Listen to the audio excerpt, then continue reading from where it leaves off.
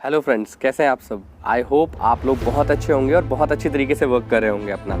और पास्ट में जो कुछ हमने स्टोरीज पोस्ट की हैं आप लोग उसे पसंद कर रहे होंगे और कहीं ना कहीं वो आपकी लाइफ में कोई चेंज लाने में आपकी हेल्प कर रही होगी। आज वापस से हम एक ऐसी ही इंस्पिरेशनल स्टोरी के साथ वापस आए हैं। तो चलिए शुरू करते हैं आज का वीडियो। मेरा नाम है प्रवीण, मैं एक डिजिटल एंटरप्रेन्योर हूँ, इसके साथ साथ एक एजुकेटर भी हूँ। और आज की जो स्टोरी है वो स्टोरी बेसिकली एक जंगल की है जहाँ पे जंगली जानवर होते हैं। चलिए शुरू करते हैं हम आज की स्टोरी। एक्चुअल में होता क्या है कि एक दिन बहुत ख़राब मौसम होता है, जंगल की बात है, जंगल के बारे में बता रहे हैं हम आपको। यहाँ पे बहुत ख़राब मौसम होता है और होता क्या है कि देखते ही देखते समय इतना विकराल हो जाता है कि मानो ऐसा लगने लगता है कि बिजली कड़कने वाली है और बिजली गिरने वाली है। जैसे हम लोग भी अपनी लाइफ में कभी कभी देखते हैं ना, कहीं पर बिजली गिरने वाली है, ऐसा माहौल बन जाता है। बिल्कुल ठीक ऐसा ही माहौल होता है जंगल का भी, और देखते ही देखते वहाँ पर बिजली गिर जाती है। अब जब जंगल में बिजली गिरती है तो जंगल में आग लगनी शुरू हो जाती है और आग फैलनी शुरू हो जाती है। अब इस आग को फैलते देखकर जंगल में रह रहे जितने भी जंगली जानवर हैं वो सब एक इधर उधर भागना शुरू कर देते हैं। सारे जंगली जानवर भाग रहे होते हैं। इसी बीच में एक जो हिरनी होती है वो भी भागने की कोशिश कर रही होती है, लेकिन उसके साथ समस्या क्या होती है कि वो हिरनी एक्चुअल में प्रेग्नेंट होती है और बच्चों को जन्म देने वाली सिचुएशन में होती है। तो उसके लिए भागना थोड़ा मुश्किल होता है, बट क्योंकि उसके बच्चों को जन्म देने की बात होती है तो अपने आप को बचाने के लिए वो जंगल में भागना शुरू करती है। और भागते ही भागते वो पहुंच जाती है नदी के किनारे।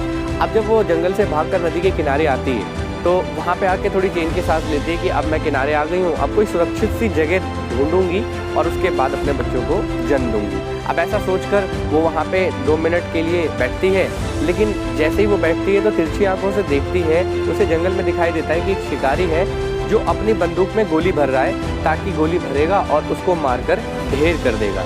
अब वो जब उस शिकारी को देखती है तो उसके मन में एक भय उत्पन्न हो जाता है कि शायद अब मेरा बचना मुश्किल नहीं है। फिर उसके मन में आता है कि चलो ट्राई करते हैं, एक बार जो है दूसरी दिशा में देखते हैं। तो दूसरी तरफ जब वो मुड़ रही होती है तो वहाँ पे उसको अचानक से शेर के गुर्राने की आवाज़ सुनाई देती है। और जब वो शेर के गुर्राने की आवाज़ सुनती है तो उसे ये लग जाता है कि अगर मैं शेर की तरफ भागूंगी तो कहीं ना कहीं वहाँ पे भी मेरे लिए खतरा रहेगा। अब एक्चुअल में सिनेरियो क्या हो जाता है कि जंगल से जहाँ से वो भाग के आ रही होती है वहाँ पे तो आग लगी होती है, दूसरी तरफ नदी होती है जिसके किनारे वो खड़ी होती है। नदी में तैर कर जाना उसके लिए पॉसिबल नहीं होता, उसे लगता है कि यहाँ पे मेरी जान को खतरा है। तीसरी तरफ शिकारी होता है और चौथी तरफ शेर होता है। तो उसको नेक्स्ट टू इम्पॉसिबल ही लगता है कि अब वो बच पाएगी, और उसको बिल्कुल श्योर हो जाता है कि अब उसका बचना नामुमकिन है, अब उसकी मौत पक्की है। खुद तो मरेगी ही, साथ में जिन बच्चों को जन्म देने वाली होती है अब उनकी भी मौत उसके कारण हो जाएगी। तो जब उसे ऐसा लगता है कि अब मेरा बचना पॉसिबल नहीं है तो कुछ समय के लिए अपनी आंखों को बंद करके वो सोच में पड़ जाती कि शायद अब मेरा अंत समय निकट आ गया, तो कोई बात नहीं, अगर मुझे मरना ही है तो थोड़ा शान से मरूं। और ऐसा सोचते सोचते ही वो मन ही मन ऊपर वाले को शुक्रिया अदा कर रही होती है इस लाइफ के लिए कि धन्यवाद है आपका कि आपने मुझे ऐसी लाइफ दी और मैंने ये लाइफ जी।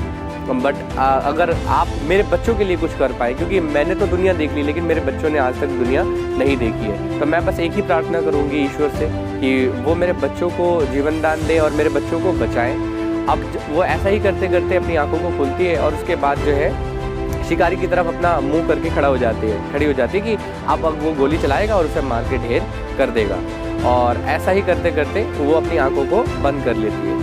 अब शिकारी बिल्कुल तैयार होता है कि अब वो उसको गोली मार देगा, बिल्कुल तैयार होता है, लेकिन अचानक कहते हैं ना कि ऊपर वाला चमत्कार करता है। अचानक क्या होता है कि जंगल की आग में से एक बिजली की चिंगारी जो है वो निकल के, आग की चिंगारी निकल के उसकी आंखों में लगती है। गोली तो वो चला देता है लेकिन चिंगारी आंखों में जाने के कारण गोली का डायरेक्शन उसका बदल जाता है। अब जब वो गोली का डायरेक्शन बदलता है तो गोली जाके लग जाती है शेर को, और शेर जो है वहाँ पर वो ढेर हो जाता है, बिल्कुल मतलब मरे सामान हो जाता है बिल्कुल। दूसरी तरफ शिकारी के आंखों में जो चिंगारी जाती है, अब होता क्या है कि उसके आंखों में जो चिंगारी जाती है इसके कारण आंखों में समस्या होने के कारण वो भी जंगल से डर के भाग जाता है।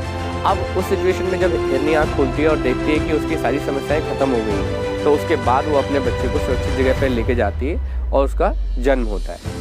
इस स्टोरी से बेसिकली जो मैं आपको बताना चाहता हूँ वो ये है कि हम लोगों के लाइफ में भी कई बार ऐसा होता है कि हम चारों तरफ से समस्याओं में घिर जाते हैं।